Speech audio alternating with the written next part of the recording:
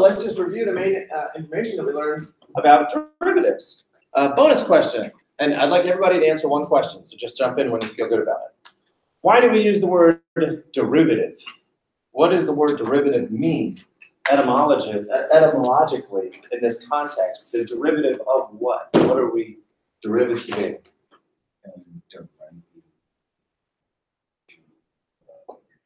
Really great. That's a great way of saying it, Joshua. We have some original function like f of x equals maybe 3x squared minus 8x. And then we are deriving a new formula from that formula. I mean, after all, it doesn't even have to have been that way. Like, could you imagine that if you had some function, and that's just a parabola, right? So I'm just going to draw myself a little parabola.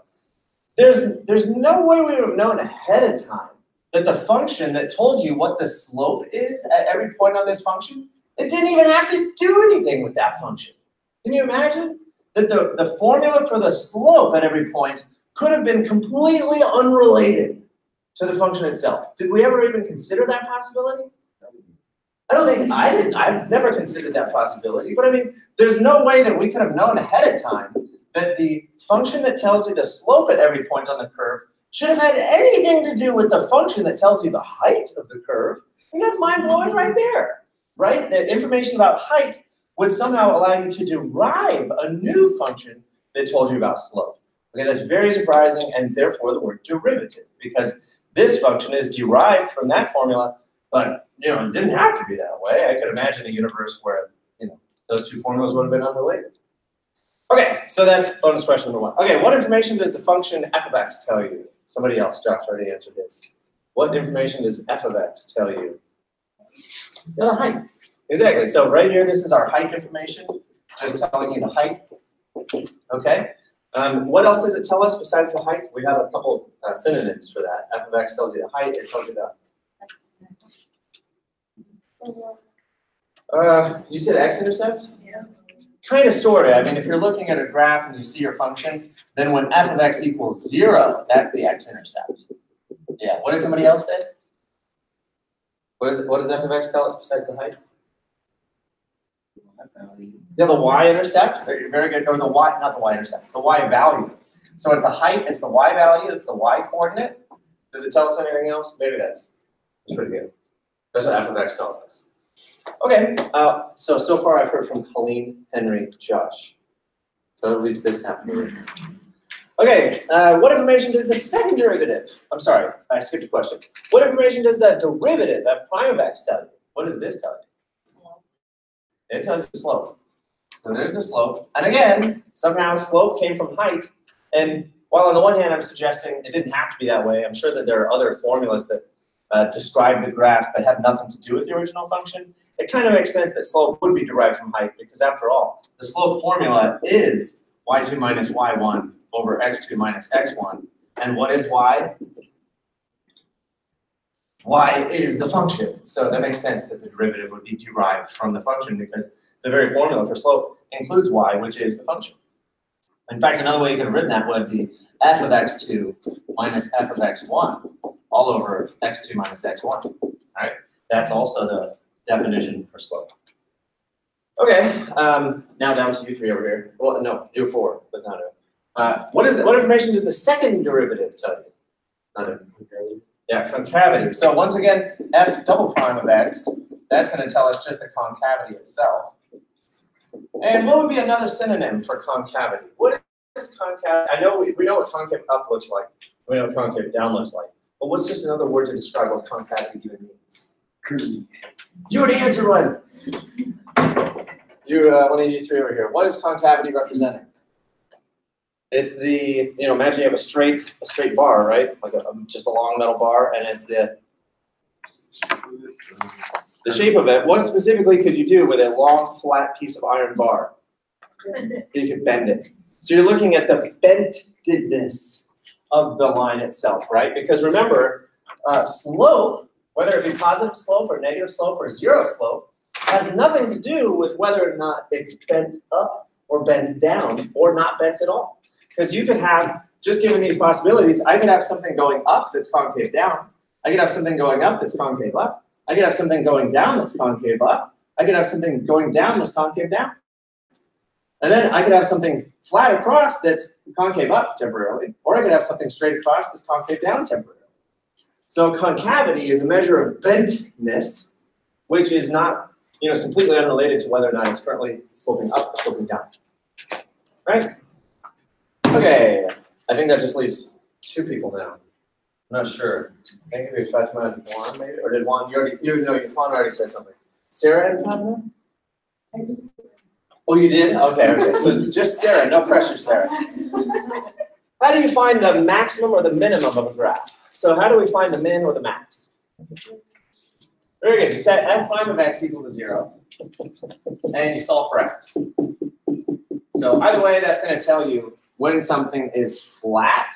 Is that correct? What's my other possibility? It could be a maximum, it could be a minimum, it could be flat all the way. What's another possibility where I'd have a spot? Josh? Transition. Yeah, you'd have some sort of transition point where it goes like that, where it temporarily goes flat. So all of these are situations where the slope is 0. Yep. Okay, and how do you determine if the max or min is concave up or down? So you have some point, it's one of these, and you want to know, is it concave up or concave down? What would you do? You want to know if it's concave up or concave down? Found it? You plug it into the second derivative to find out if the concavity is positive or if the concavity is negative. Okay, well, I'd say that's pretty good. Those are all the main concepts that we studied in the first half of this class. And now we get to move on and talk about integration. Integrate. Before we even talk about it, let's just talk about that word integrate, or integral, or inte as an etymological word root. So do we know any words that start with inte? Intel? Yeah, that's true. Intel inside. I don't think that's related, although we should call Intel and find out. Here, related etymologically to an integral? Yeah, what words do we have that starts with inte? Intelligence. Yeah, intelligence, actually. And, I've never actually looked up the etymology, but inte could have to do with integrating, like bringing multiple things together. That's not necessarily what an integral is about. Do we have any other words that start with inte? Interspecies. Oh, very interesting. Isn't that normally like when a donkey and a horse have a baby? Okay, yeah, sure, interspecies. Interrelated. Yes, there's a lot of words that start with inte. I'm thinking of the word integral. Now, of course, integral is what we're going to be talking about. What about integer? What's an integer? Yeah, it's just a number on the number line, right? And integer, if you look at that etymology, it simply means whole. Not a bunch of pieces, but whole. And so we're going to study an integral. I already wrote it, but yeah, integral. And that's going to be the second half of calculus class, is to do an integral. Josh? Is this going to be easier or harder than that? I don't know if I can even respond to the question. Because, I like the question, Josh. It really just depends on context, If you were to ask me what's easier, derivatives, integrals, or country dancing, I would tell you country dancing. I find that very challenging. I'm terrible as a dancer, so I'm going to say country dancing.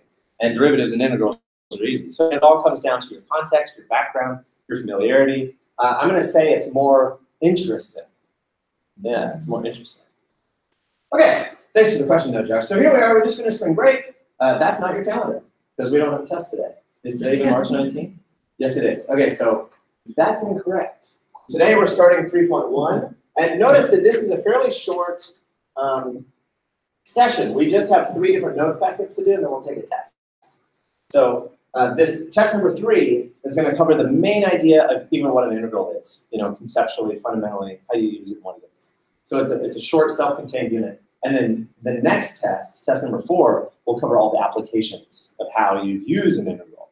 But this one will be mostly just how to actually do an integral. Okay, I don't have any notes for you. Oh, yeah, I do. I have your tests. I'll pass them back at the end of the class, so just make sure you remind me so you have your tests. And otherwise, I do have a joke for you. What do you call cheese that is not yours? Nacho cheese. Exactly right. Exactly right. What do you like cheese that you really, or no, what do you call cheese that you really like? Gouda cheese. Yeah, Gouda. Gouda. Anybody like Gouda? I love Gouda. All right, here we go. So chapter 2A and 2B, again, this is just review. In chapter 2A, we learned about, this little memory lane here, we learned about slopes, like secant and tangent lines, limits, continuity, the difference quotient, the derivative, formulas for derivatives, and applications. business. That's all the stuff we learned in chapter 2a. In 2b, we learned about the second derivative, the derivative of the derivative. What that means, how to find and apply the first and second derivatives to solve problems. Specifically, we saw how to take a simple little graph like this speed bump graph and really break that thing down so that you found your x-intercept, and then you found your max, your min, and then you found your inflection points, and then you saw where it was concave up and where it was concave down and where it was concave up again. So we really saw how to take any given graph and break it down and see where all the features were. Okay, so then chapter 3, Henry. Difference quotient, that was just the slope. Right? Yeah, the difference quotient is what we saw in a variety of contexts. It was f of b minus f of a over f of b minus a. Or the way I just wrote it down over there, which was f of x2 minus f of x1 all over x minus x1. Or we saw it as f of x plus h minus f of x all over h. All of those are the difference quotient. I mean, this one is a little more technically referred to as the difference quotient if you write limit as h approaches 0. But they're all the difference quotient because who remembers what difference quotient means? What does difference mean? Subtract. And what does quotient mean? Divide. So, I mean, all three of these things in a very cavewoman way, they're all difference quotients. If I wrote down 2 minus 5 over 6, that's a difference quotient, right? So that's just what the word means. Okay, so chapter 3 is all about integrals. And remember how we started class all the way on the first day? I said, what does derivative and integral mean? And we did this little chart right here. And I said the etymology of calculus came from calculus literally means a very small pebble. And I think what that meant was referring to an abacus. So you move these little pebbles back and forth on an abacus. You can also think of it as, let's say that you had this unknown thing and you wanted to weigh it. Okay. So in fact, here's a scale, and I'm trying to make a pan scale. You all remember a pan scale? So I've got this pan scale, and right over here, I put, because it's one of the only things that I can draw fairly quickly, a fox. There. Does anyone think that looks like a fox? That's the fox I've been drawing since second grade. So there's my fox, and I want to know how much it weighs. Now, out of sheer dumb luck, if I had some weights on me, I could probably just put one weight over here, like let's say that's a 10-pound weight, and just maybe it would balance perfectly. But I mean, what are the odds that the fox weighed exactly that? So I would start by finding a weight that was just big enough to not quite balance him, and then I would add another littler weight, and that would almost balance it, but then I'd have to add another littler weight, and then another little one. And if you could imagine, you would have this infinite series of smaller and smaller weights that I'm adding to make it just exactly balanced. Because let's just say the fox weighed something like 5.139762 da da da da da. I mean, what are the odds that the fox weighs exactly some amount? You know, it could be that the fox weighs some amount that's actually an infinite decimal if your scale is that precise. And so in order to weigh the fox out, I would have to add on how many smaller and smaller weights? Potentially infinitely many of them, right? To get the weight exactly right, to balance the fox exactly. Is that okay what I just did? Does that make sense what I just did? I mean, we normally think of it as saying, yeah, whatever, close enough, like, yeah, that roughly balances it. But if you really wanted to be fine-tuned, you have to keep on adding smaller and smaller weights, infinitely many of them, and then you'd say, okay, it's perfectly balanced. So that's how I think of calculus, referring to a very small pebble. I also think of the scene from Monty Python and the Search for the Holy Grail, where they're talking about whether or not this woman is a witch, and they said, weigh her, or no, they said, throw her in the lake and see if she floats. And he's like, oh, but what else floats? And they said, a duck, wood, very small rocks. Has anyone seen that scene? Well, anyway, very small rocks. I always think of calculus meaning very, very small pebbles. Pebbles small enough that you need them to balance something exactly, and they would float on water. Okay, so there we go. So someone had a question. Who was it? Josh? Yeah. So if you were to add infinitely many rocks to that, infinitely smaller rocks to that scale, would the scale ever get full? Well, that's a good point. I mean, no, I don't think so. I don't think so. I think you could just keep tacking it on. And I mean, I hate to just answer your question glibly, but probably not. And by the way, did we ever look at this one? Did I ever ask you what a half plus a fourth plus an eighth plus a 16 plus a 32nd and so on is? Did we ever do this one? So in this particular case, you have a half is a fourth, and you'll notice each of these is half of the one before it. Yeah. So half of a half is a fourth, half of a fourth is an eighth, half of an eighth is a 16th, and so on. If you just start adding those up, what do you think it'll add up to? Yeah, maybe you think in theory it adds up to 1. And if I got my calculator out and I just started typing those in, you would see it's getting closer and closer to 0.999999. So let's just say that as you start typing these in, it starts approximately equaling 0.9999. So then the question is, what is 0.99999 equal to? Did we do that one? Okay, well this is worth having a little diversion. So first of all, I think I might convince you this one first. That if I take a square and I shade half of it, okay, then I take the square and I shade a fourth of it. So I'm going to cut it into fourths and I'll shade that piece. Then I take the whole square, I cut it into eighths, and then I just shade that eighth. And then I cut it into sixteenths, and I shade another 16th of it. So you can see what I'm doing. What am I doing? I'm shading more and more and more of the square. And every time I go to the next fraction, I basically cut the part that I have left in half and shade half of it. And then I cut the part I have left in half and I shade half of it. And if I keep doing that, cutting the part in half and shading half of it, what will I eventually do if I keep doing that process forever? I mean, maybe you're convinced I'll eventually shade the whole thing. Will I ever actually shade the whole thing? No. But here's the interesting way of saying it.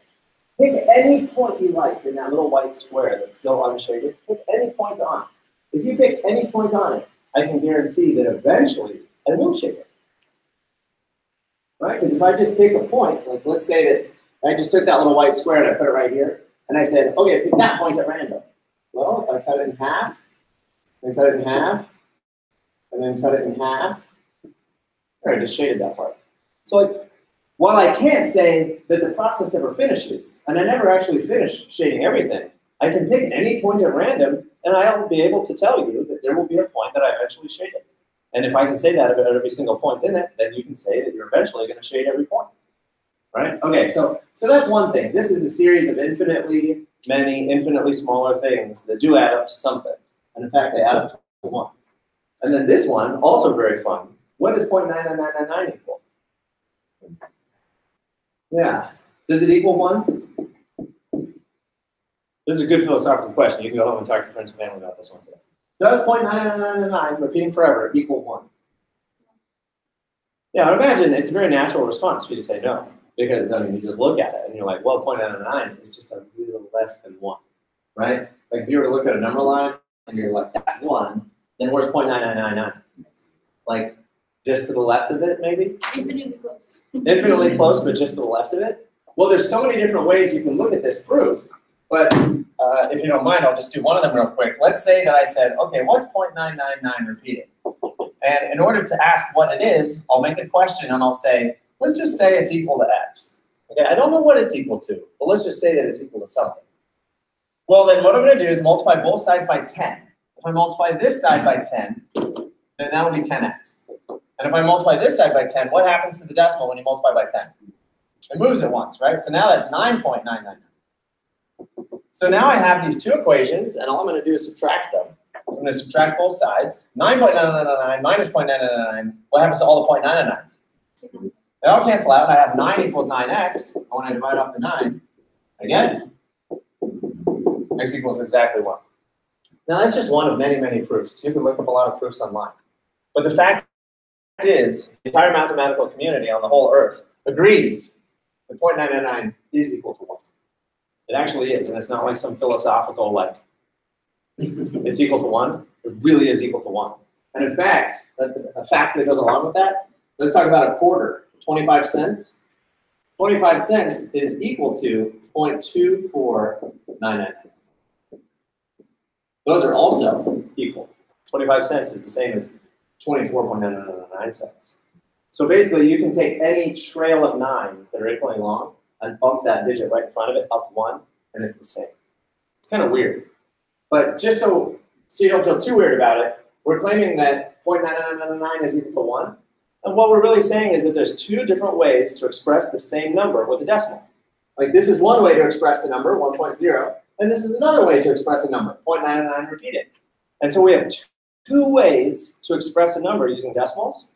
That's fine. With fractions, I have infinitely many ways to express a fraction. 1/2 is 2/4 is 3/6 is 4/8. Don't I have infinitely many ways to express one fraction in the same way? I do. And all I'm asking us to believe is that I have 2 ways to express the same number in decimals, right? So just like these are synonyms, those are synonyms. Okay, I've got a little off track here, but we just had spring break. Hopefully you're interested. Hopefully you're like, oh yeah, well, this is interesting. Let's just talk about this all day. All right, so what we did was on the first day of class, we started out by talking about what do we do in pre-calculus versus calculus. And one thing that now probably comes to mind is marginal cost or marginal profit. That's how you do it pre-calculus, that's how you do it calculus. But what we said was that in algebra, we study straight lines, and in calculus, we study curvy lines. And in pre-calculus, we find the slope of a straight line, and in calculus, we find the slope of any point on a curvy line, where that slope changes as you go. And then in pre-calculus geometry, we found the area of straight shapes. So what are the area formulas for these shapes? What's the area formula for a rectangle?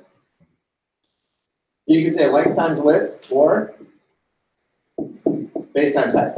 And what's the formula for the area of a square? Still base times height, but since it's the same value, we could just call it x squared, right? And in fact, why don't we just call this x to the power of 2? Like anything else in the world, don't we say x to the power of 4, x to the power of 5? Or x to the 4th, x to the 5th? Why don't we say x to the 2nd?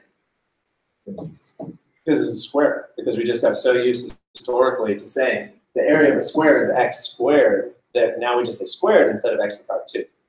If we lived in a, and in volume, when we calculate the volume, do we say x to the power of 3? We say x to the power of 3, which is x cubed. And so if we lived in a 4th dimensional hyperspace, let's say we actually lived in a 4-dimensional universe, a 4-dimensional spatial universe, what would we call x to the power of 4? We'd probably call it we say x hypercubed, right? But we don't live in a 4th-dimensional universe, so we don't say 4x hypercubed, we just say x to the 4th.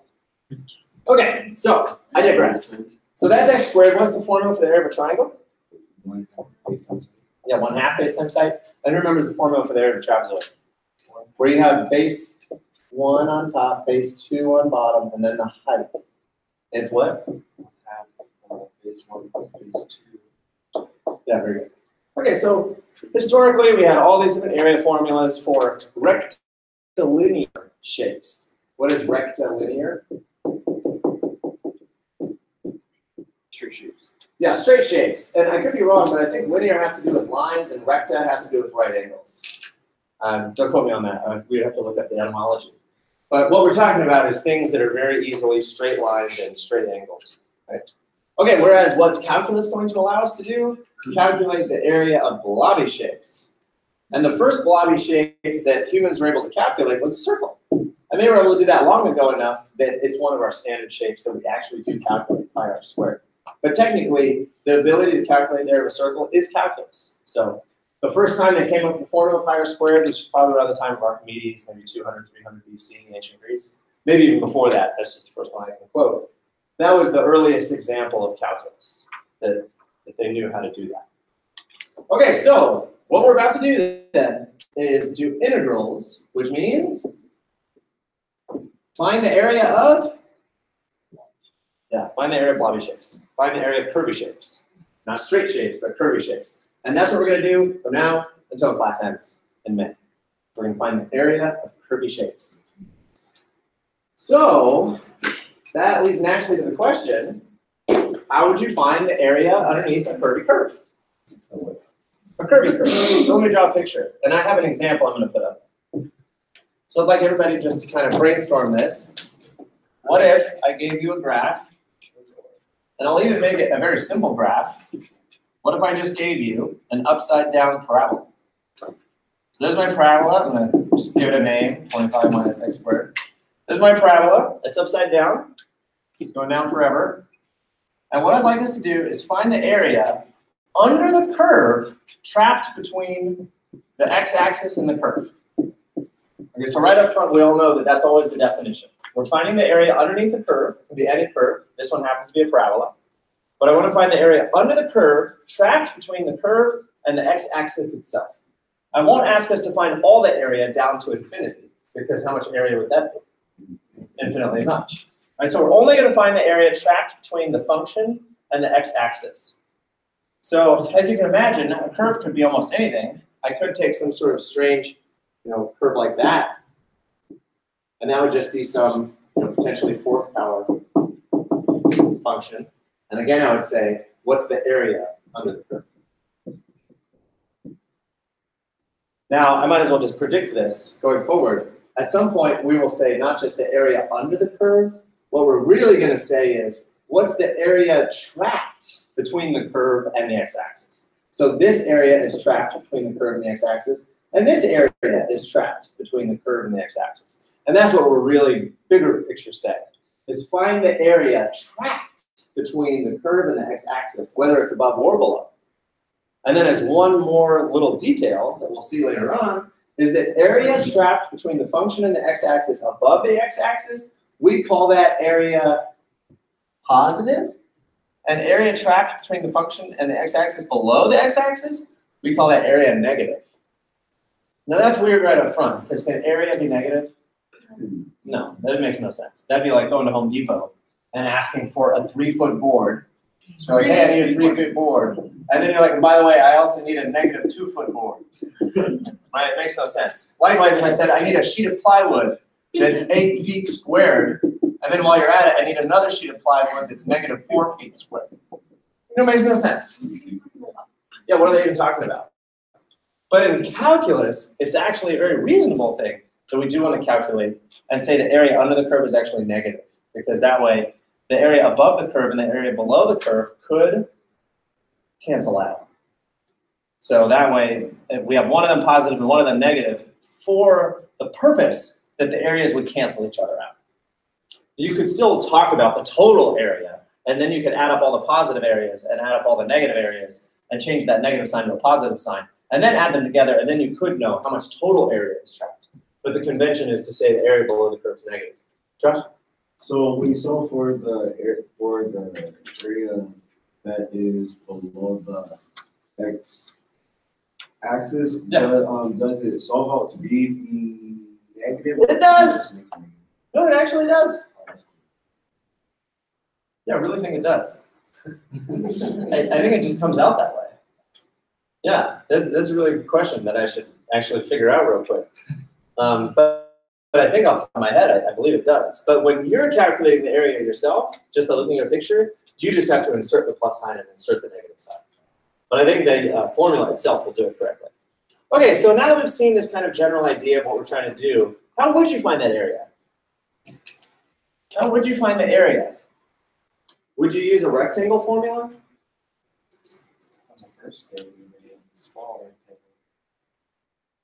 Oh, is that what we already did? Yeah. So we kind of talked about it a little bit? Yeah. Yeah, I mean, if I just used one rectangle is not very good. Is it overestimate or underestimate?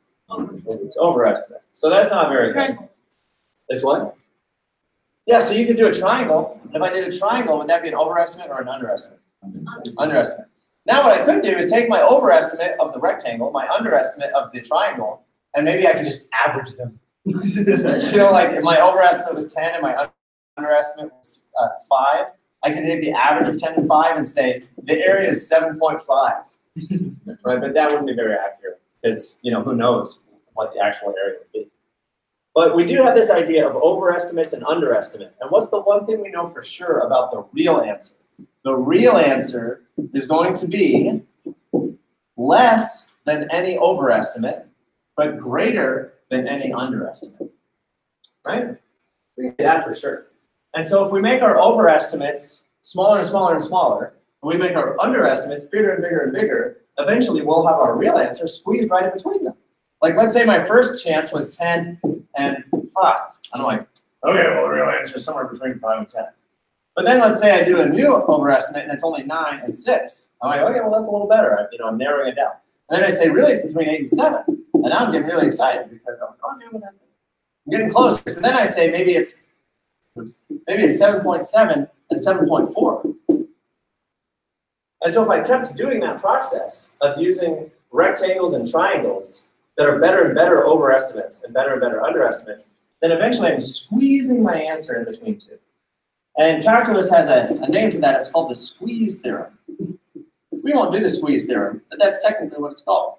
Is you're just coming up with a series of overestimates and a series of underestimates, and eventually your answer is going to get squeezed in between the two, and then you'll know what the answer is. That's the technical term. That is the technical term, the squeeze theorem. Okay. So I think we then already kind of know the answer. We need to use rectangles, preferably, because the formula for the area of a rectangle is easiest of all, right? It's better than a triangle. It's better than any other area formula you can think of. So here's my example. Let me erase. You want to enter? Interactive. Yeah, interactivate. Oh yeah, integrate. Notice the name of this app. Integrate. Okay, so what we're going to do then is change the number of partitions. And what I'll do then is I'll do midpoints, because those are fun, I guess. So there we go. So now I have one big overestimate, right? My red triangle, my red rectangle is my overestimate that I'm using to try to calculate the area underneath the blue. And now if I go ahead and start using more and more rectangles, what is my answer approaching? Let's see if we can guess. Now, first of all, look at each red rectangle. Does it stick a little bit above? But does it also stick a little bit below? So it's kind of overestimating and underestimating simultaneously, this one is. And so watch the number. Right now it's 167. It's still now 166.8, 166.7. Do we feel like we're approaching some value? We're getting, somewhere in the 166 maybe, somewhere in there. Now look at my drawing. Does that look pretty good? I mean, you can tell that my red rectangles are sticking out a little, and maybe you can also tell that they're undercutting it a little. But if I were to keep clicking on my arrow button, which I can no longer do because this program only does 50 partitions, but if I were to do 1,000 partitions, would you think that whatever the answer is close enough? Yeah, probably pretty close enough. And if I did 1,000,000 partitions, you'd probably say, well, gosh, our answer is actually accurate. It's like 5 decimal places. And who needs more than 5 decimal places, right? If this is money, I've already got it nailed down to the nearest cent.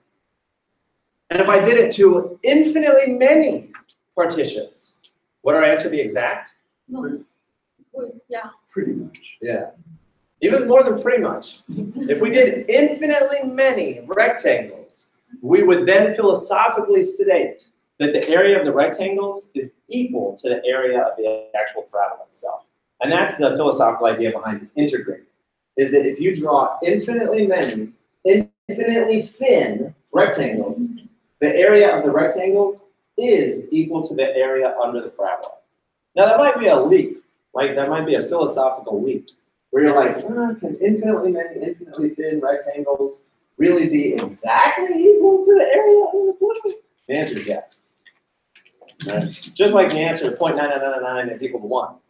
The area of infinitely many, infinitely thin rectangles is equal to the area underneath the curve. Okay, what questions do you want to ask about that? Because that's our theory. Anyways, what's the formula? We'll get to it. Because there's always like, you can get the rectangles to not really overlap that much, but you can't really get them to not under it. Can you? Right, like I see what you're saying. You're saying, hey, each one of those rectangles pops out a little bit. I guess the closer they get, the less they pop out and the less that they have that underestimate. Right. Yeah. And keep in mind, as you're making infinitely many rectangles, this blue part looks curvy, doesn't it? I mean, the blue part looks curvy because it's curvy. It is curvy. It looks curvy, doesn't it? It is curvy. The blue part is curvy. But if you zoom in close enough on the blue part, what will the blue part look like? It will look straight. If you zoom in far enough, the curviness of the blue line simply appears straight. And at that point, when you have a rectangle popping out and cutting in, it cuts out and cuts in the same amount because it's straight. And at that point, the part popping out and the part stuck inside, those two parts do become equal. Because once you've zoomed in far enough, that curvy blue line is actually a straight blue line, and the part sticking out is equal to the part sticking in. And therefore, we now know that the area of infinitely many, infinitely thin rectangles is exactly equal to the area underneath a curvy curve. This whole thing is called a Riemann sum. Riemann. That's a Riemann sum. Riemann is named after a mathematician named Riemann. Riemann. So not only is this guy the namesake of this methodology of cutting something into infinitely many, infinitely thin slices, which I'm sure he probably did everything. Probably somebody before him tried it, and he just popularized it by writing the book. That's the way of things. He is also the guy behind the Riemann hypothesis. Has anyone heard of that? Look it up, Riemann hypothesis. It's very advanced mathematics. I can't even claim to understand it, but it's probably the unsolved problem in mathematics today, worth millions of dollars to anybody who solves the Riemann hypothesis. So not only if you solve the Riemann hypothesis would you become an instant millionaire because someone would be willing to pay you $1 million, isn't that amazing? But you would also solve hundreds of thousands of other math problems that all hinge on whether or not this problem is true or false. So this is kind of the big one right now. Sometime within the next 10, 20 years of your life, you'll eventually hear something on NPR or a website somewhere saying, somebody solved the Riemann hypothesis, and just know that at that moment it's a big deal. Okay, yes? What was the hypothesis? No, too far afield. We can talk after class. Okay, so how would you find the area? We just said so. You chop it up into infinitely many, infinitely thin rectangles and add them all up. So the person that did the hypothesis is still alive, or? Oh, he's long dead. He's from the 1800s. Oh, okay, yeah. Yeah. Okay, so we have the area of a rectangle, which we will be using as rectangles. We won't bother too much with triangles and trapezoids and all that. The area is base times height or length times width, however you want to say it. And I just want to throw out to you that all this question of finding area under a curve, why does that matter? Because there's a lot of functions where the area represents something interesting. So let's say, I'll do these first two examples and then I'll do another example. Let's say that you have a graph of velocity. So here's your graph and it's your velocity. So your velocity is 10 miles an hour. It's really slow in a car, but let's say you're riding a bike. That's not going to work out. So you're going 10 miles an hour on your bike. So therefore, this is your velocity and this is your time. And so what does the area under the curve calculate? If you're going 10 miles an hour, between 1 o'clock and 3 o'clock in the afternoon, how many hours did you ride your bike? 2 hours, and you rode at 10 miles per hour. So 10 miles per hour for 2 hours, how many miles did you ride? 20. And that's in fact what the area represents. The area is 10 high, 2 wide, and so the area, which is 20, is actually telling you your total distance. So calculating area is not just some, oh, what's the area? We might actually be computing something interesting that we need to know, such as if you know your velocity and your time, now you can compute your total distance traveled. That would actually be really fascinating, because let's say that you were in your car and you were looking at your speedometer, and only your speedometer, okay? Right, that's very, very risky. Don't do that. But let's say you're in somebody else's car, and all you're doing is watching the needle. And you close your eyes, you can't see anything else in the world, you're just watching the needle. Imagine how tricky this would be. Only watching the needle, you're going to spend 30 minutes in the car. And when you get out, you have to tell me how far the car went.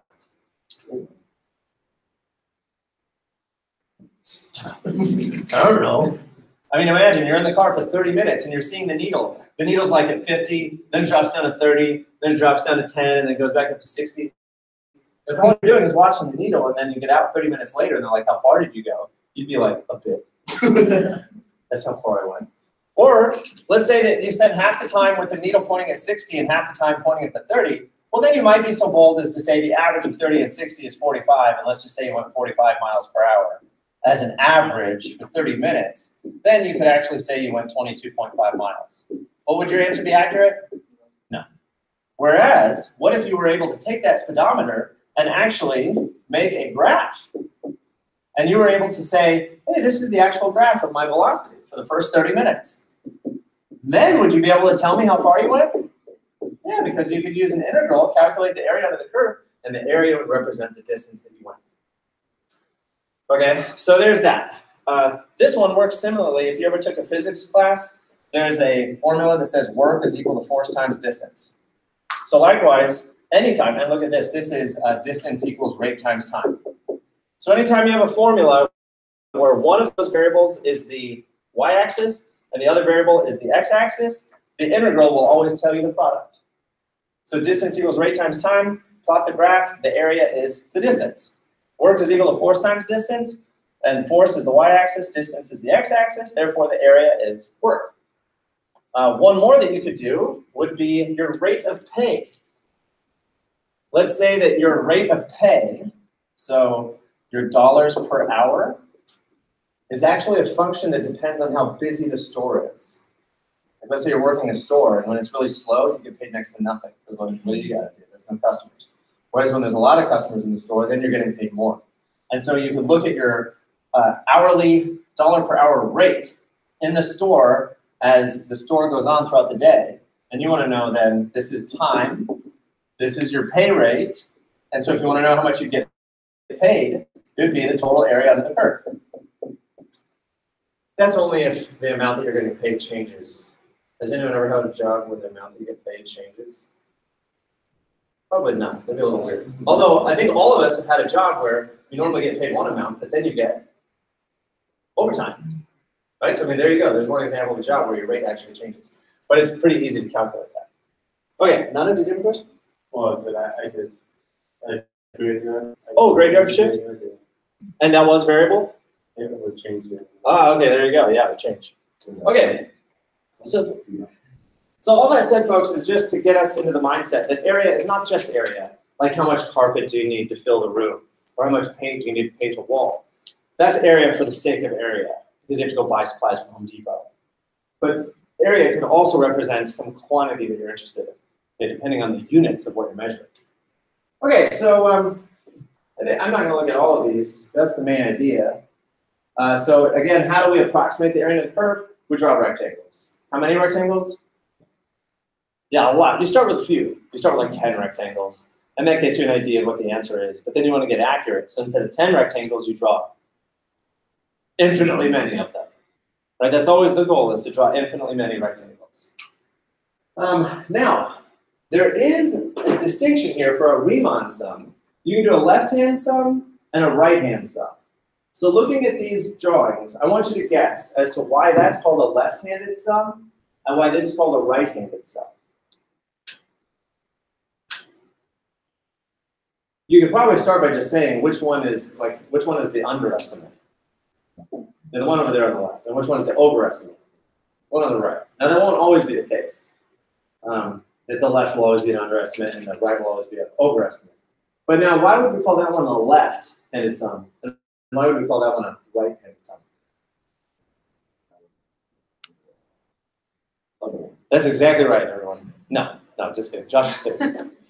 So why is that called a left-handed sum? Exactly. Look at any one rectangle. What part of the rectangle is touching the function itself? The left corner of the rectangle. So the red line is the function itself. The left-handed sum, the left-handed corner is touching the red function. Furthermore, how tall is this rectangle? Whatever that y value is, right? Like let's say that this value is x, and therefore this value is f of x. The height of this rectangle is the x value on the left-hand side of the rectangle, and the height is f of x, where it's f of x, where x is the left-handed number of that rectangle. Whereas, what are these right-handed rectangles? What part of the rectangle is touching the function? The right-hand part of the rectangle. Okay, so that's the namesake. That's why we call that a left-hand sum. The left corner of the rectangle is touching the function. And there's a right-handed sum because the right corner of the rectangle is touching the function. While it's not always the case that the left is always under and the right is always over, normally it's one or the other. And the point is that these two would allow you to do the squeeze theorem. Right? So if you did a right-handed sum and a left-handed sum, then one of the answers is going to be too big and one of the answers is going to be too small. And if I now do 1,000 right-handed sums, 1,000 rectangles on the right-handed way, and 1,000 rectangles on the left-handed way, I'm going to get two values. And where's the real answer going to be? In between them, squeezed in between the two.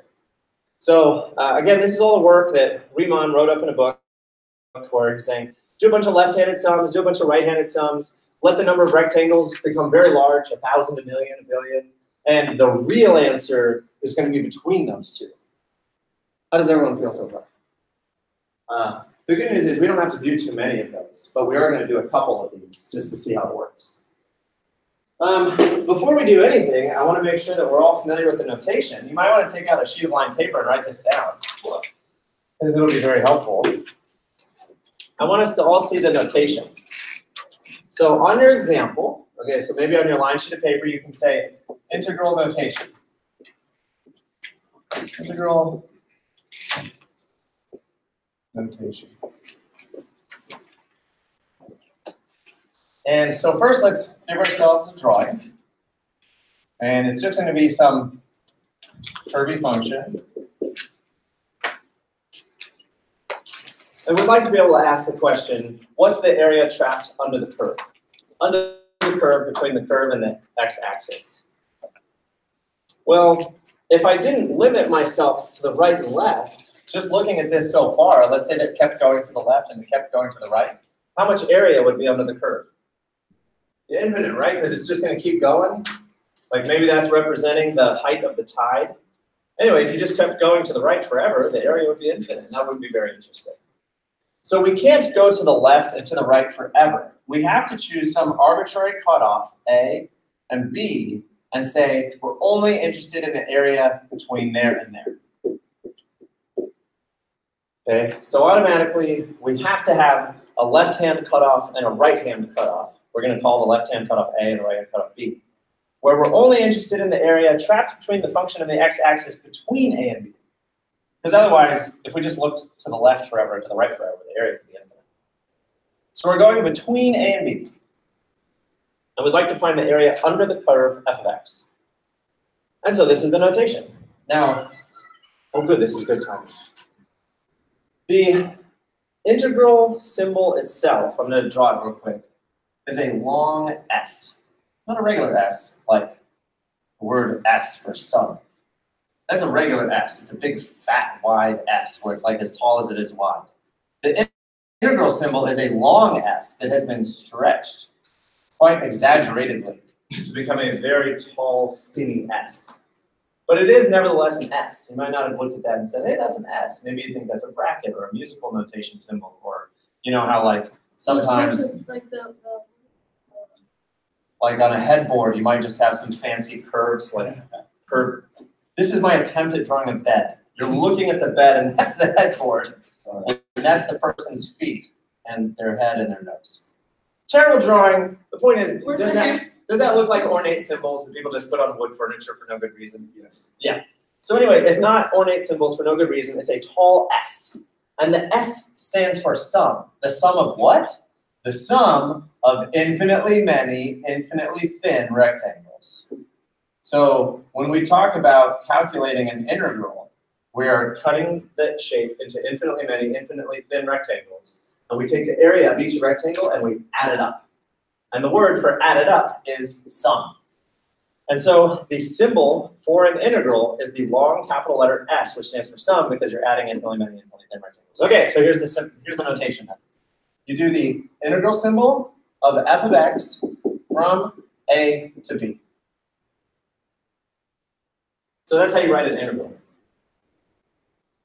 The integral symbol is a long S, meaning find the sum of infinitely many, infinitely thin rectangles. The A to B is telling you the left to right. All right? Now, it's a shame. We call this the lower limit. Well, I guess it's not that much of a shame. That A is the lower limit, B is the upper limit. Now, that's fairly obvious because A is lower than B. B is up on top, A is low on bottom. So yeah, lower limit, upper limit. But really, in reality, A represents the number on the left, and B represents the number on the right. But keeping in mind that on a number line, you're going from, say, 0 out to some big number like positive infinity, then on a number line, a number further to the left is lower than a number to the right. Like, you know, let's say A was 10 and B was 20.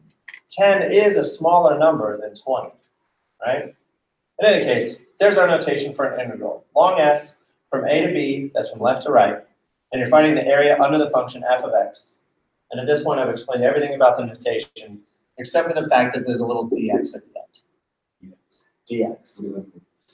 So recall that when we did the slope formula, so slope equals rise or run, which is really y2 minus y1 over x2 minus x1, which is really the vertical change over the horizontal change, which I said was the up down over the right left. But we also call it delta y over delta x. So delta is a Greek letter that means change. So we've got the change in the y over the change in the x. And another way of saying that is dy over dx. Essentially, mathematicians wanted to keep using delta, but they didn't want to keep writing delta because typewriters didn't necessarily have a triangle on it. So we have a d for delta. Still means change it. So we have dy over dx. So then, let's say that you wanted to find the area of a curve below from A to B. Then what is the height? The height of this curve would be delta y, or the height, whatever it is. And the width would be delta x. To be fair though, the height is actually just f of x. The height at any point is f of x. Whereas the width of a rectangle, the width of a rectangle would be delta x. Just that little teeny change in x, that little small amount that you move to the right. So now we have a rectangle whose height is f of x and whose width is delta x, which means the teeny width of x is technically infinitely small. And so if I wanted to find the area of that rectangle, area is height times base, then the area would be f of x times delta x. And that's the integral of f of x dx from A to B. Okay, I don't know if I painted that picture well, Josh. You're the one who asked the question. Did I paint that picture well enough of why it's f of x times d of x? Because f of x is the function, which is the height of the rectangle, and delta x is the teeny amount that you move to the right. So there's f of x dx. All right, well, folks, there's our symbolic notation for doing an integral. Notice that that's wildly different from saying, here's our function, and the derivative would be f prime of x, or the derivative was d dx of f of x, which is f prime of x. So, if you kind of compare those two, this is the symbol for an integral, and this is the symbol for a derivative. What do they have in common? Yeah, f of x, right? And that's the one thing they have in common. They both technically also have a dx there, right? Okay, so that's our notation for an integral. And I'd say that's probably a good spot for us to stop. We just talked about a lot of really good conceptual information. And when we come back from break, we'll actually start doing some actual examples. I hope you all found that helpful. The time is 11:56. Let's be back at 12:06.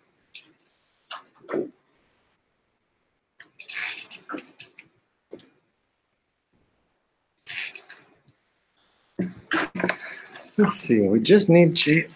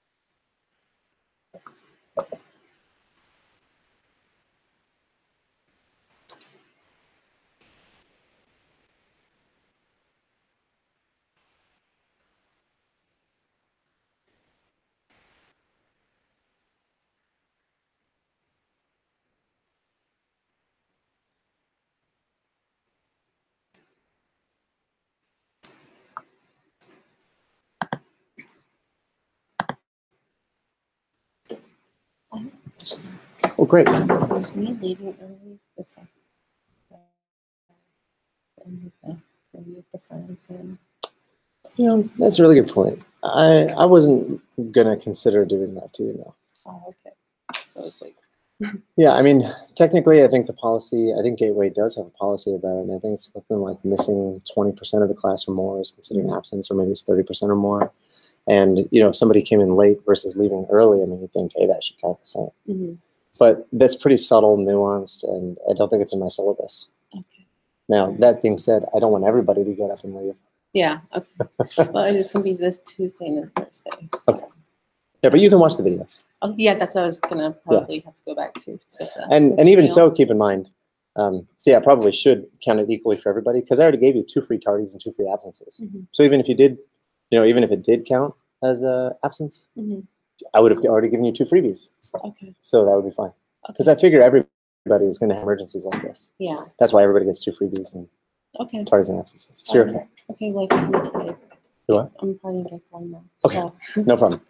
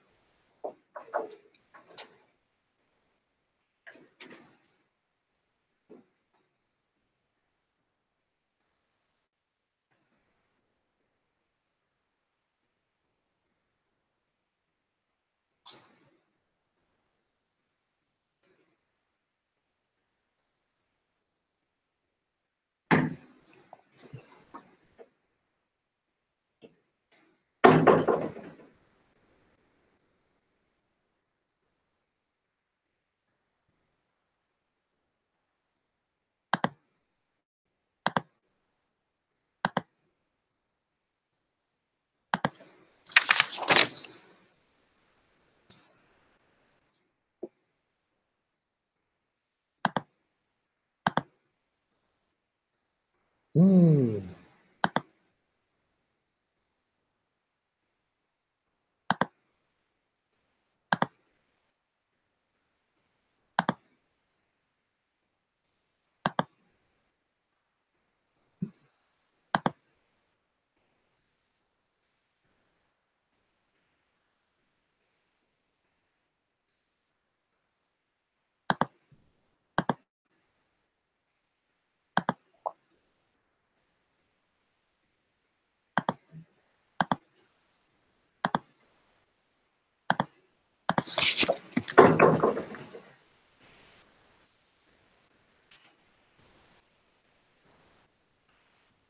Man, yesterday. Ma'am?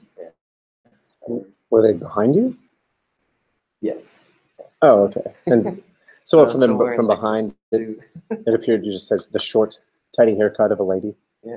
Oh, even though you're wearing a suit. Well, hey, I suppose it's bound to happen to all of us eventually.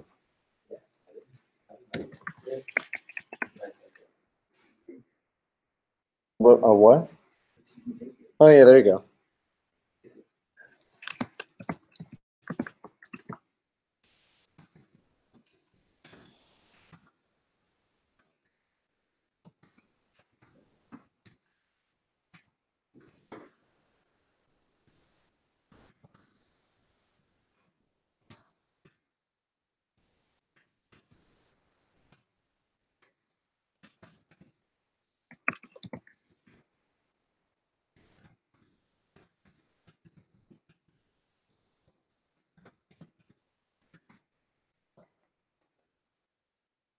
Oh.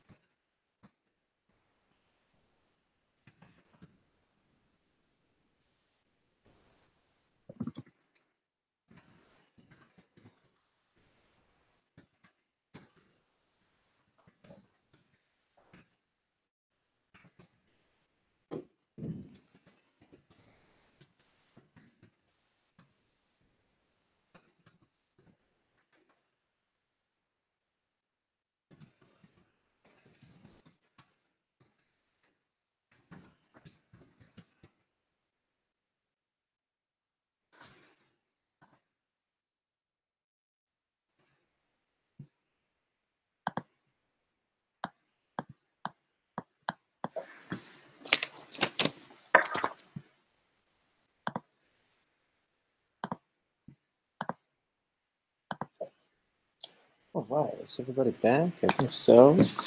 Well, let's do it, folks. We get to Try this out. Now, you know how when we did the derivative, we went through all this mucky muck of actually computing f of x plus h minus f of x all over h. We did lots and lots of steps of algebra that got worse before it got better. And then we finally spat out with the answer. And it's like, okay, great, so f of x equal to 2x. And then only a couple of classes later did I say, hey, you know the function f of x equals x squared? All you got to do is multiply by the coefficient and then subtract 1. And we're like, why did we do all of that? Because it became so unnecessary. Well, the fact is, these are just shortcuts. Right? It's just a shortcut. It's a shortcut that's a generalization from the observation that whenever you do this process, it ends up with that the result is that you can just multiply by the exponent and then subtract 1. Well, likewise, what we're about to do here by actually doing the Riemann summation, okay, doing the left-hand limits and the right-hand limits, we're going to practice it and try it out because it gives you a more fundamental knowledge of what we're actually doing. But then a couple class periods from now, I'm just going to show you this real quick shortcut that tells you how to get the answer.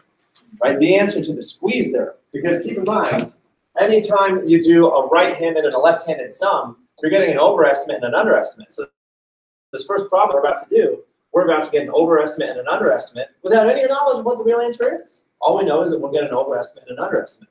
It's only by allowing our rectangles to become infinitely thin and infinitely many that you get the answer to the middle, which is the actual squeezed answer. So just keep in mind that what we're doing today and tomorrow is we're understanding historically what Riemann and other mathematicians did to get to the fact that there's actually a nice simple formula for taking it. Okay. Anyone have any thoughts or feelings before we go?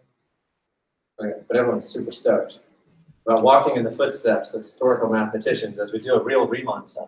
Okay, so here we have it. Speedometer readings for a vehicle at 11-second intervals. So once again, here you are in your friend's vehicle, and all you're looking at is the speedometer. You have no idea what your friend is doing and where you're going. You're just looking at the speedometer. And for whatever reason, every 11 seconds, you write down how fast they're going. Okay? So even though I realize this is time, and that's velocity in feet per second, if we want to, we can pretend that it's miles per hour. Right? It doesn't really matter. It could be hours and miles per hour, or it could be seconds and feet per second, just as long as the units go together. The point is that all we have now is the velocity. And what we'd like to do is calculate how far you went. Right? Again, so this is that blind scenario where all you can see is your speed, and at the end of it, you'd like to be able to say approximately how far you went. Okay? So let's begin by drawing a graph. We need to draw a really nice graph. I'm going to bring my graph down, or my board down here. Let's start with making a graph. What's our y-axis? velocity. Now, a really good question would be, well, how do I know? How do I know which is which? Well, one thing you can always fall back on is that the x-axis is almost always time. If you got time on a graph, it's probably the x-axis, because you measure time and then you measure what's happening over that time. Okay, so we have time now. We're going to go ahead and put down 0, and then 11, and then 22, and then 33, and then 44, 55, and then 66. Oh, not even 66, just 55. So there's that, and then we need our y-axis. Well, we don't want to, let's try to be strategic here. 38, 39. Okay, the highest was 39, and the smallest was 29.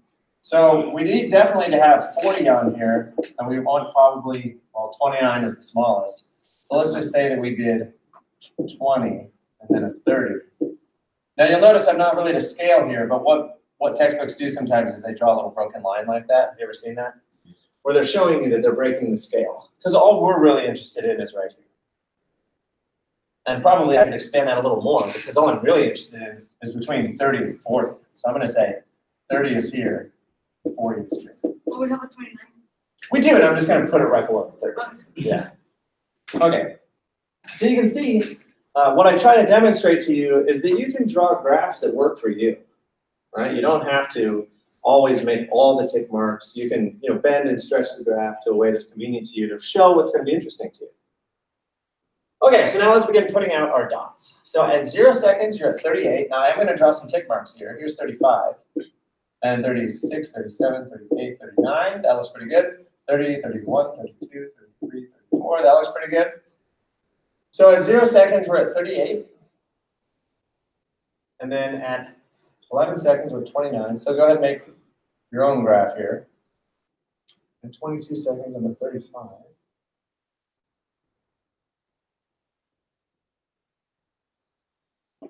Three seconds. I was just going to make another graph right now.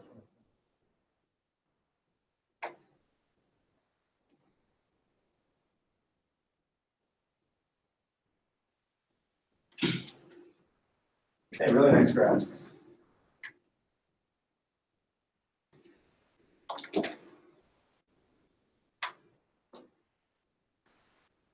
Some of you put the graph at the top and some of you put in the middle. I'm very sorry for those of you put it in the middle. I meant when I was done to slide it back up so that my graph is next to my data. It's okay, you can leave your work wherever you put it. It's totally fine. So there's our graph. And you have a graph that looks something like it. Now the first thing is, if you were actually in that vehicle and you weren't looking outside, what's the first thing you'd say to your friend? Where are we going? What? You might say, where are we going? Slow down. Slow down. Well, I mean, what else might you say to them? Like, what a bumpy ride. Not bumpy, but like, like they're speeding up, they're slowing down. Where are they? Yeah, they're probably in some sort of traffic, right? Or maybe they're in traffic and they're also trying to pass people. So like they're gonna pass somebody and slow down, and then pass somebody and slow down. I mean, who knows what they're doing? Yeah, we're switching lanes. The important thing is to think about the data. It's always more fun to do a math problem if you think about the data and what's happening. Okay, so there's our data, and now it says estimate the distance traveled by the vehicle during this 55-second time period using the velocities at the beginning of the time interval. Now, to be fair, to do this problem well, the very next question is going to be give another estimate using the velocities at the end of the time periods. You'd really want two graphs. We're going to draw our first graph really well, and then you can either draw a second graph or you'll be able to see what we're going to do. Now, let's say that you didn't really want to get into all the nitty-gritty of doing this, and you knew, for instance, don't do this, but let's just connect it. Oops. Now you know what we're trying to do is calculate the area under the curve. Okay, so what's one thing I could do? If I really just wanted to ballpark it, I could say, well, I've got this curvy curve here. I'm just going to go ahead and really pretend that if I took this material, and let's say it's liquid in a jar, and I just let all the liquid fall down flat under the weight of gravity, would you believe that that would be the level, flat curve?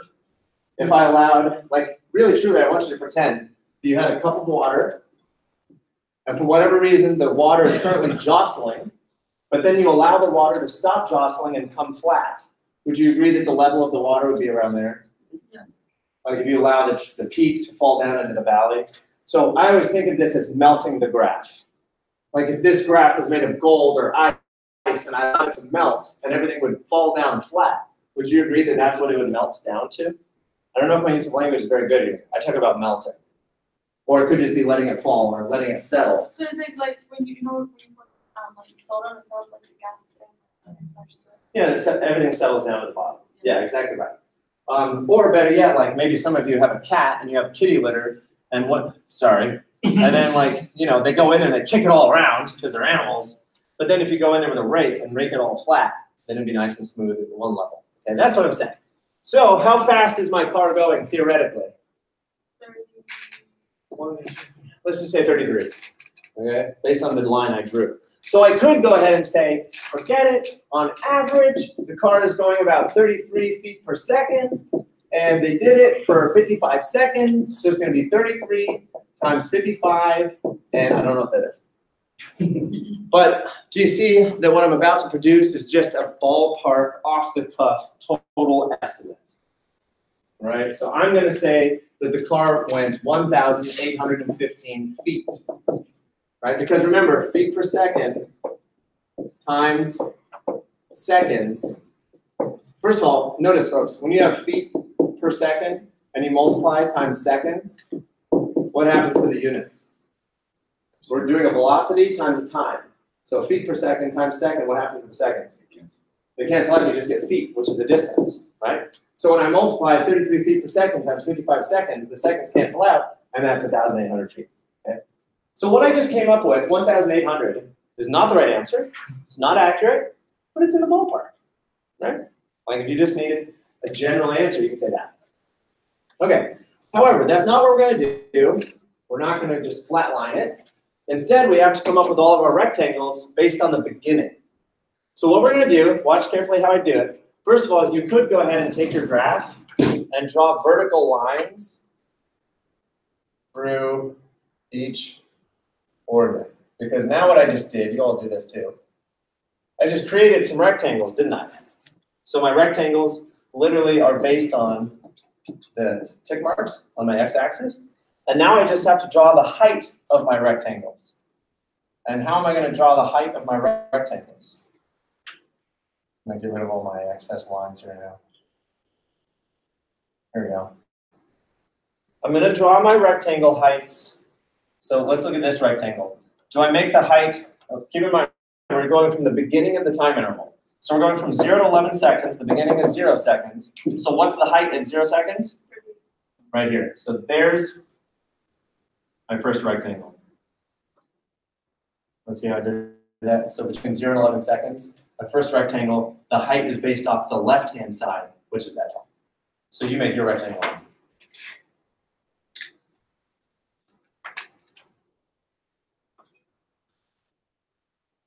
So that was my first time interval between 0 and 11 seconds. I'm going to make the height of my rectangle the height of the left-hand side, which is the beginning of the time interval at 0 seconds. And so that's my rectangle.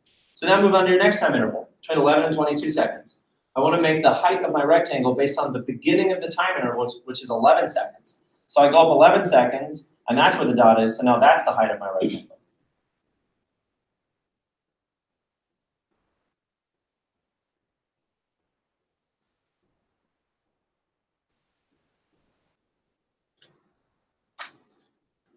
Then I move on to the next time interval between 22 and 33 seconds. I want to make my rectangle based on the beginning of the time interval. The beginning of the time interval is 22 seconds, so I go up 22 seconds until I get to my dot, and that's the height of my rectangle.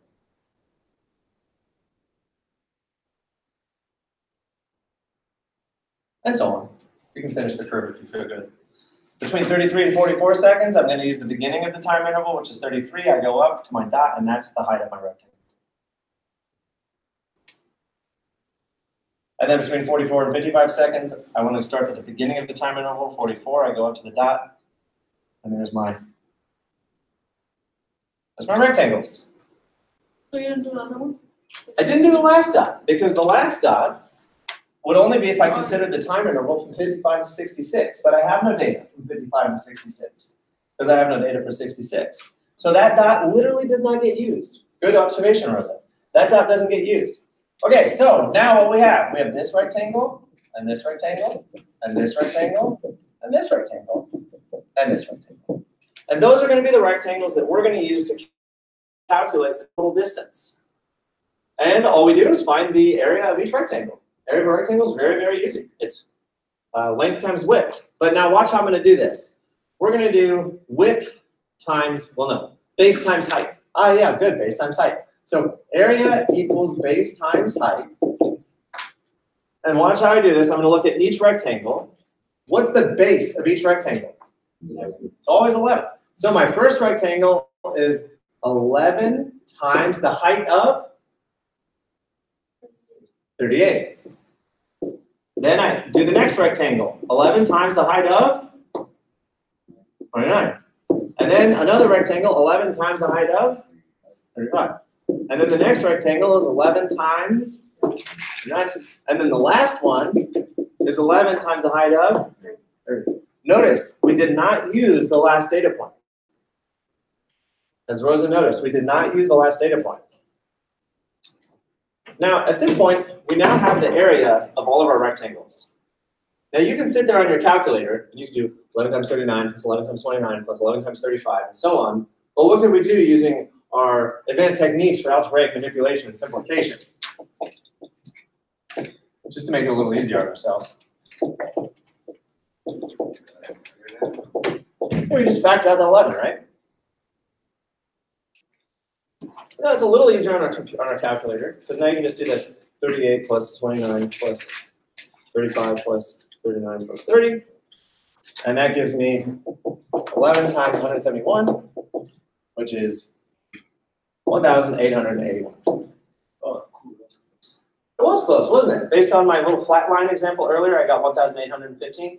This is going to be 1,881 feet.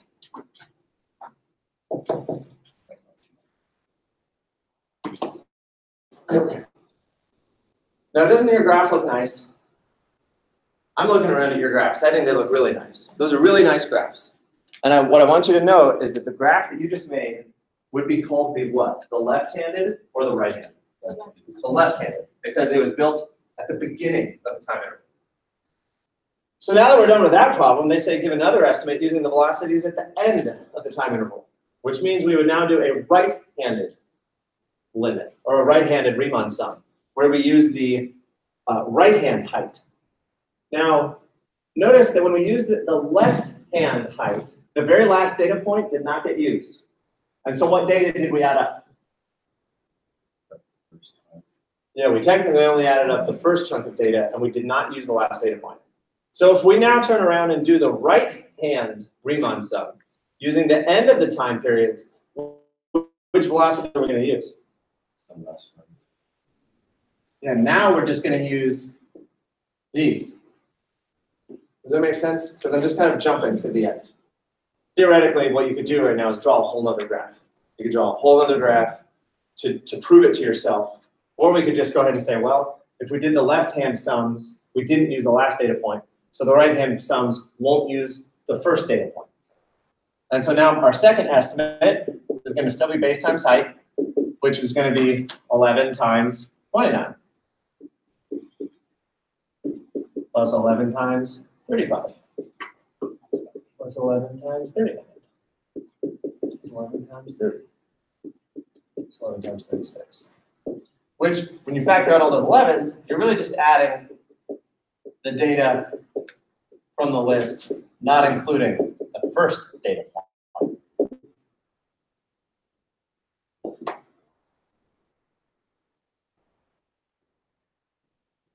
Did I do that right?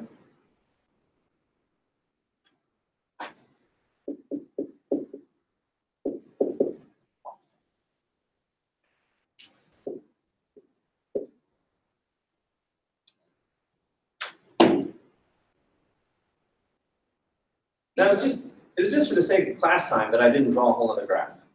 I think all of you should still go home and draw another graph. I think you should draw the graph for the left-hand side and then draw the graph for the right-hand side, and notice that the graphs look different. Because they're genuinely different graphs. And when you do this problem online, I realize that we now all see the pattern of how to do it, but I would still recommend you draw the graph at least one more time. So what do you think the real answer is? It's somewhere between 1,881 and 1,859. So you can tell my baseline answer was a little off. But if you just had to take a guess as a friend, what would you say? 1,800, maybe 70 something? Or you could just say between 1,859 and 1,181, right? Or you could just say the 1800s. It depends on how precise your friend really wants you to be. I mean, 1,800 feet sounds a pretty good thing. You could round up and say 2,000 feet, but maybe that's a little bit too much of rounding, right? You could say a couple thousand feet, but again, now you're being a little less accurate than you need to be. Okay, how does everybody feel about that process? That's a Riemann sum. You make a bunch of rectangles. You make the rectangles from the left-hand side to the right-hand side, and then you add it all up. Anyone want to ask any questions? Okay, then let's try something else. The next problem is, I'm not going to do the whole thing with you, although we could just write in the answer real quick now that we know how to take data from the table. But I just want you to see the concept. This problem is about liquid leaking from a tank. So it could be your oil tank and you're dripping liquid, or anything really. It says liquid leak from a damaged tank at a rate of R of T liters per hour. The rate decreased as time passes, and the values of the rate at 2-hour intervals are shown in the table. So again, I'm going to shift my board down just so I can make a graph. Let's start by making a graph together. And it shows here that every 2 hours, you take a measurement about how much has leaked. Wait, is that what they're saying? Yeah, how much? Yeah, but they're saying that the liquid leaked from a damaged tank at a rate of that many liters per hour. So that's not the height of the liquid in the tank. That's how many liters actually leaked during that time period. So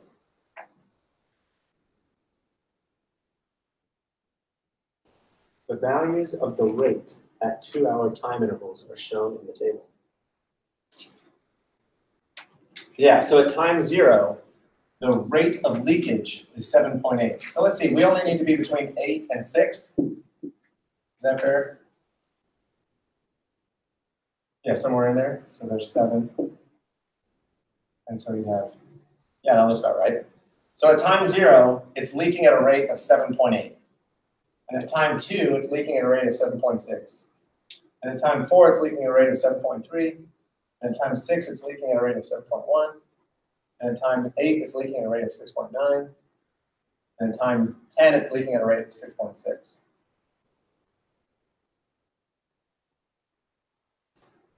I definitely do not mean to suggest that this is a linear graph. Can we make that assumption? My dots might look like they're in a straight line. Should we assume they're in a straight line? No. No, we shouldn't assume anything. And furthermore, we can prove to ourselves that it's not in a straight line because the gap between each pair of numbers, the first gap from 7.8 to the gap from there to there is only 0.2. And then this gap is 0.3, and this gap is 0.2, and this gap is 0.2, and this gap is 0.3. So definitely it's not linear. It's not intended to be linear. So there's our graph. And this one's actually easy enough that we could draw 2 graphs, especially because it basically does look linear. I'm just going to go ahead and like this, so we can all see what our 2 graphs would look like. So if you wanted to make a graph, let's see, do we have everything then? That you've got your graph? Everything looks okay? We did 2 graphs or 1? Well, technically they want, well no, you don't have to do 2, I'm showing you 2. So it says find the lower and upper estimates for the total amount of liquid that leaked out. So there's going to be a lower estimate and an upper estimate. Well, which one is which? So let's first do a left-hand sum. To do a left-hand sum, I always start at the bottom and I go up to the dot and then right and then back down again. Then I go up to the dot and then right and then down again. And then I go up to the dot and right and then down again and up to the dot, right and then down again. Because I'm always going up the left-hand side, up the dot and then right and then down. So you can see that by going up the left-hand side to the dot, I just created What, an overestimate or an underestimate? a rectangle would be an overestimate.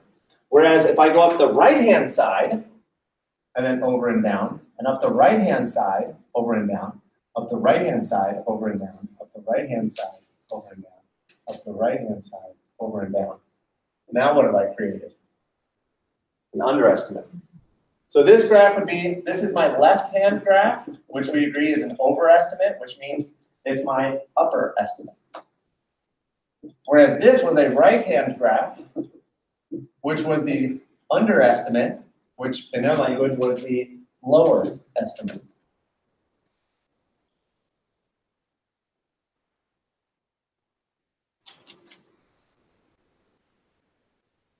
So notice, let's just look at my first graph. Which data point did I not technically use? Which data point is not the height of a rectangle?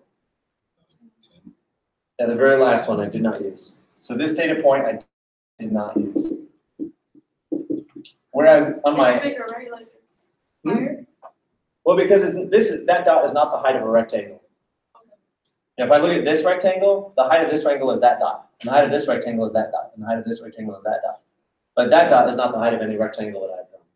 So that data point does not get used. Whereas over here, what data point didn't get used? Very first one. That data point is not the height of any rectangle that I've drawn. So it didn't use. Okay, so that tells us how to go ahead and find our data. What's the width of every single rectangle? 2. And so now we just need all the heights. So looking at, okay, first I want the lower estimate. So the lower estimate was this graph. I'm going to use all the data except for the first one, right? Which was what, 7.8? So I'm not going to use the 7.8. So that means my lower estimate is going to be 2 times 7.6 plus 2 times 7.3 plus 2 times 7.1 plus 2 times 6.9 plus 2 times 6.6. Where did all these numbers come from? Base times height plus base times height plus base times height of every single rectangle that I drew, right? And I can factor out my 2, and I'm really just adding up the data from the bottom part of the list.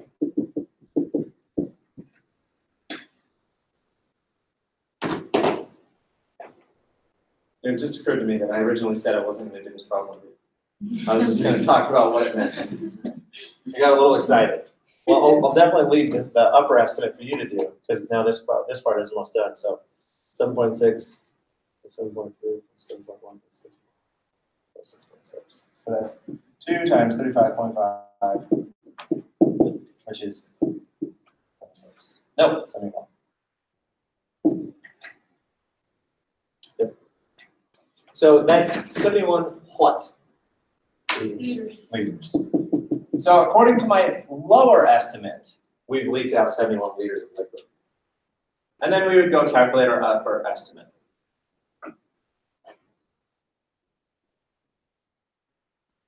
Now the danger here is that I can see you going home and doing this homework on the more, and you're like, hey, that's really all I gotta do. Right? Because to do the lower estimate, well, you still have to figure out which data point not to use. But you're either not going to use the top data point or not going to use the bottom data point, and then you can just type that in. But what I really hope that you're doing is drawing a graph, because that's really where the magic is. Magic is drawing a graph, drawing the rectangles the right way, and then figuring out which rectangles are actually calculating the area of. Was it? So the left doesn't use the top one, right? Like the first one, right? the left rectangles does use the first data point, but it does not use the last data point. Okay. So yeah, your upper estimate in this case will not use the last data point. So that means it would be 2 times all the first data points, 7.8, 7.6, 7.3, 7.1, 6.9. Yeah, that would be your answer. Okay, folks, what questions do you want to ask about that? Ultimately, we're drawing a graph and we're drawing rectangles underneath it. Henry? So if it's like, if all the numbers are ascending or descending, you can tell if like the lowest one is going to be lower than the first example we did. It's random, so Yeah, exactly. you would just calculate both and then put them where they're supposed to go. Yeah. Their space. I think that they only asked for upper and lower because they knew that the function was steadily decreasing. Whereas when you looked at that first problem, it didn't say upper and lower, it just said beginning of the time interval, end of the time interval. Yeah, because this one there was no path. Yeah. Okay. Nice. So moving on. The next one, they've already provided us with a graph, which makes life a little easier. There's already a graph. And again, what we're challenging ourselves to do is to find the area under the curve. Yeah, we want the area under the curve. It says approximate the area under the curve, y equals x squared, from x equals 1 to x equals 4 using a right endpoint approximation with 6 subdivisions. Can everyone see that? Yeah. Okay, so let's just think about what this problem is asking us to do. We want to find the area under the curve from 1 to 4. So what can we go ahead and do? Definitely mark from 1 to 4. I think that's a great idea. So I'm going to draw a little line up right there. Draw my line up right there. And that's the area that I want. I want the area under the curve. Now keep in mind, if you really wanted to be like just a ballpark answer, like an answer that you can give off the top of your head in like 10 seconds, you can just say, it's a triangle. Right? And the area of a triangle is 1/2 base times height. So the base, how wide is it? Yeah, 3. Now how do you find the base? You always do right minus left, right? 4 minus 1 is 3, and that's the width. So that would be 3. And then what's my height? 16. 16? So we basically have this now, and so that turns out to be 24. So this is an extreme approximation, right? Like that's an approximation you're not even proud to say out loud. If somebody was like, well, how big do you think it is? You're like, well, probably 24. You know, something like that. But don't quote me on that, because I haven't done any math yet. But that's a nice approximation. The area is going to be in the 20s, the low 20s, right? That sounds pretty good. Okay, but we're not just going to do that. Okay, so now what do we want now? It says do the right point approximation with 6 subdivisions. So 6 subdivisions, subdivision means rectangle. You might want to underline that word subdivision and say rectangle. A subdivision is just a rectangle. So we're going to chop that thing into rectangles. So how would you take, if this is just a number line, from 1, 2, 3, 4. I want to build 6 rectangles out of that. So from 1 to 4, I want 6 rectangles. Cut it into thirds and make. Yeah, I mean, I could go ahead and make 3 rectangles, pretty easy. And then I could cut each of those in half. And now I've done it. 1, 2, 3, 4, 5, 6. So there, I just made 6 subdivisions between 1 to 4. So let's go ahead and do that. You can go ahead and draw your line straight up from 2 and 3. And so far, what we have is 1, 2, 3 subdivisions. But we don't just want 3 subdivisions, we want 6 subdivisions. So I'm going to cut each of those in half. So from 1 to 2, half of that is 1.5. You put 1.5 and draw my line up. And then from 2 to 3, half of that is 2.5. Draw my line up. And then from 3 to 4, half of that is 3.5. And draw my line up. No question. Yeah. Do the subdivisions have to be equal to each other? Yes, we want our subdivisions to be equal width. Yeah.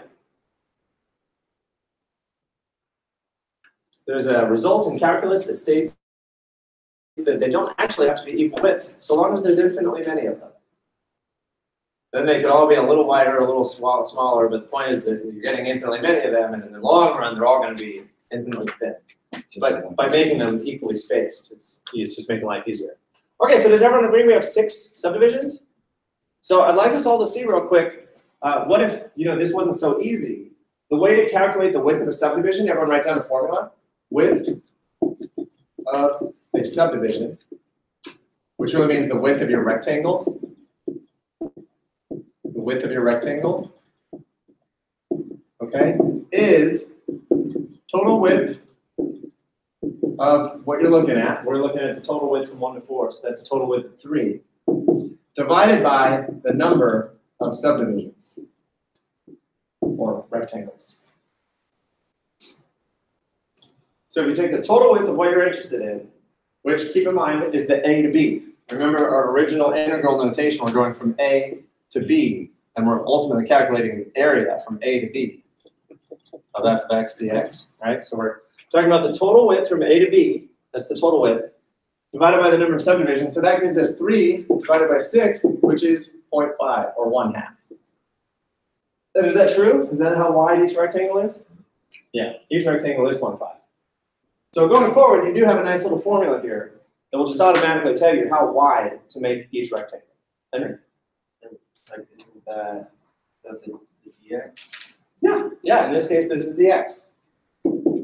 Yeah, I mean, it's only really appropriate to use dx when it's infinitely thin, but it's currently the dx. Maybe what we should say is delta x. Then that's totally fair. Delta x is just the change in x, and so our change in x is 0.5. But I think typically when you switch to dx, you need infinitely thin. Yeah. Okay, all right, folks. So we're ready to go. We've covered a lot of material here. Let's now do our rectangles. So what kind of rectangle do we want? Right. The right-hand endpoint. So what I would do if I were you is I'd go all the way to the right-hand side, I'd go all the way up, and draw your first rectangle with the height from the right endpoint. And then you go to the next one. And you go all the way up to the next dot, and you draw that next rectangle. And then you go to the next point on the x-axis, go all the way up, and draw your next rectangle. And then all the way up, draw your next rectangle. There. What you'd want to convince yourself is that the right corner of each rectangle should be on the function. Right? Not the left corner. You notice, is the left corner touching the function? No, the left corner is floating in space, doing nothing. The right corner of each rectangle is on the function. Okay, we've done it. We've read the instructions. Now all we have to do is calculate all of those areas. Now, how wide is each rectangle? 1/5. So that's our width. How tall is each rectangle? Well, what was our function? Yeah, our function was f of x equals x squared. And how do you find a y coordinate? Yeah, you plug in the input and you get the output. So the input is 1, so the output would be 1 squared, which is 1. But if I plug in 1, oops, I'm sorry, that's not 1. I wasn't using 1 for anything, right? 1 is nothing. That's just floating in space. I'm sorry, no, 1 is way down here. 1.5 is the first height of my first rectangle. So 1.5 squared is 2.25. And then the next height, 2 squared, is 4. And then 2.5 squared is 6.25. And 3 squared is 9. And 3.5 squared, I don't know. It's something. Yeah, 12.25. And then 4 squared is 16.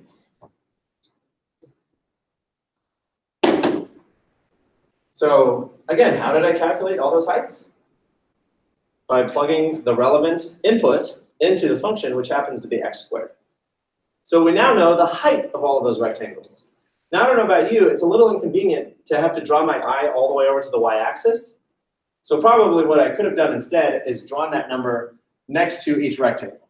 Like this rectangle has a height of 2.25, and this rectangle has a height of 4, and this rectangle has a height of 6.25, this rectangle has a height of 9, and this rectangle has a height of 12.25. And that rectangle has a height of 16. Does that look a little better maybe, visually? Yeah. If your eyeball doesn't have to go all the way over to the axis.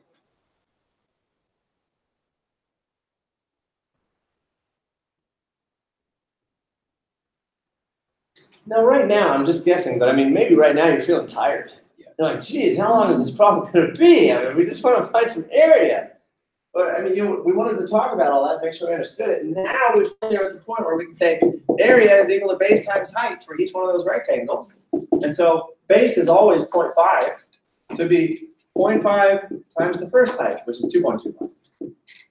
Plus 0.5 times the second height, which is 4.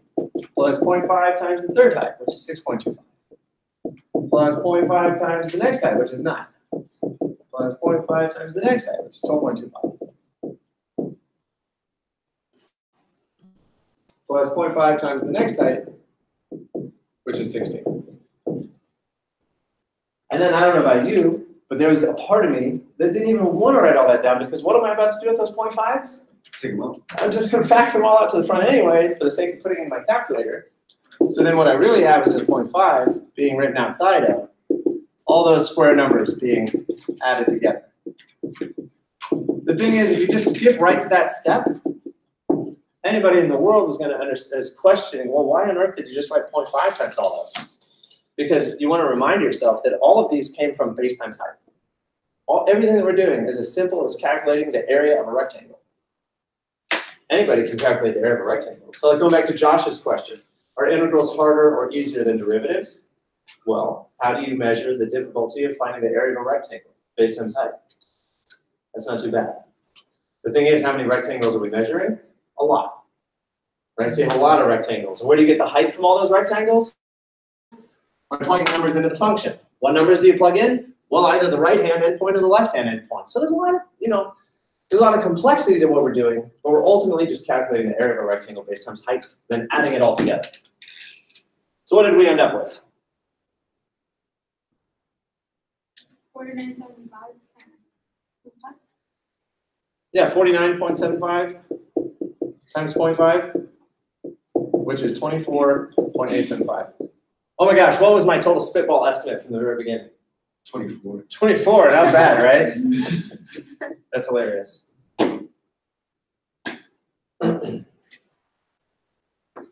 Now, regardless, hopefully now you're like, okay, we're done. We finished that problem. Fantastic. But look at your paper and look at what we have down on the board. I mean, isn't it pretty? It's pretty. It's so pretty. And on the one hand, you might look at this and say, well, just doing geometry. This barely even feels like something that should be called calculus. It's just geometry. But there is the subtlety of calculus in here, because we have the knowledge of f of x, and we're building towards a geometry problem in which you have infinitely many infinitely thin rectangles. If you just have finitely thin rectangles, it's geometry. If you have infinitely many, it's calculus. What is between more area? The area is 24.875, but that's using a right endpoint approximation with 6 subdivisions. And so really, and this answer is an overestimate. So the area under the curve is not 24. It'll be less than that. Yeah, and what do you mean? It's just plain old. Yeah, oh yeah, and it's just units because it was divorced from anything interesting. We didn't know if we were talking about meters or miles per hour or feet per second, right? Okay. I know that my clock went off, so that means we just have a couple minutes left. I think we can at least talk about this next problem, and then we'll just continue on. We're going back. What was it? Just comfortable. Oh, I mean, we won't finish it. That's what I mean. We won't finish it, but we can start. Consider the graph. Yeah. We'll just talk about it. All right. So here it says approximate the area under the graph from 1 to 6. So we're going from A to B, 1 to 6, using a left endpoint with 5 subdivisions. So let's just set the problem up. Now notice it says you will need to approximate the function values using the graph. So they didn't actually tell us the function. So we're just going to look at the graph to eyeball how tall it is.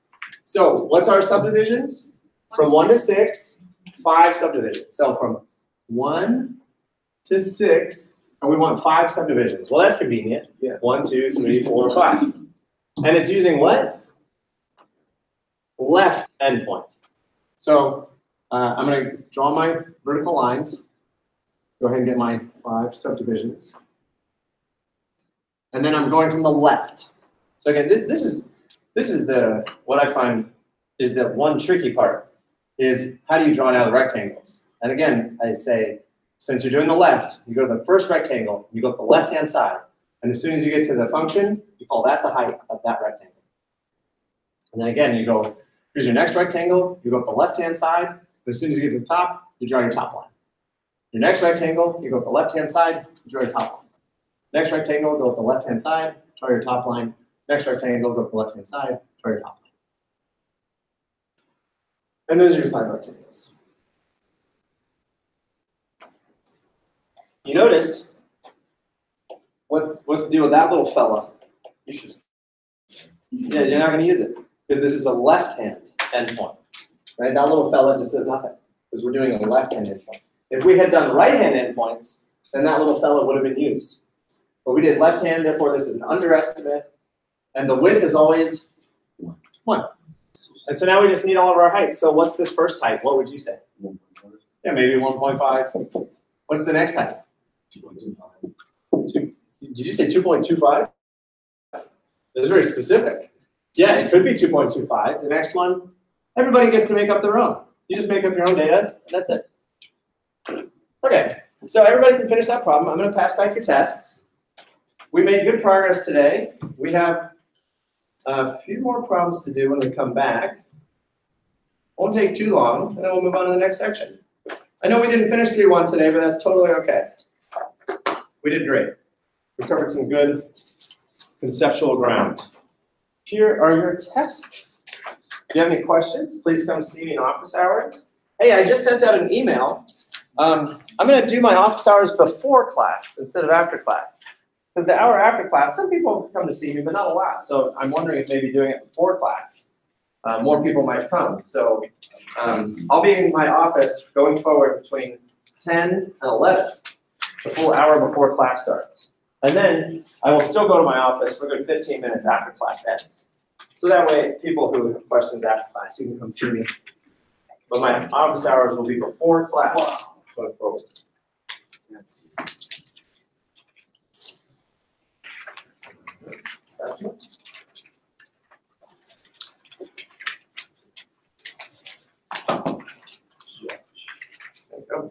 Or just that one thing? Or just that one thing? That one thing? Yeah.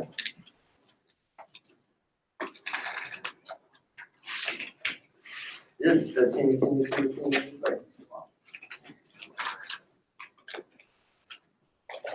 So folks, please, today was the first day of integrals. If you have any questions, now would be a great time to come talk to me and say, Mr. G, go over this part with me again, or I'm a little confused about this part.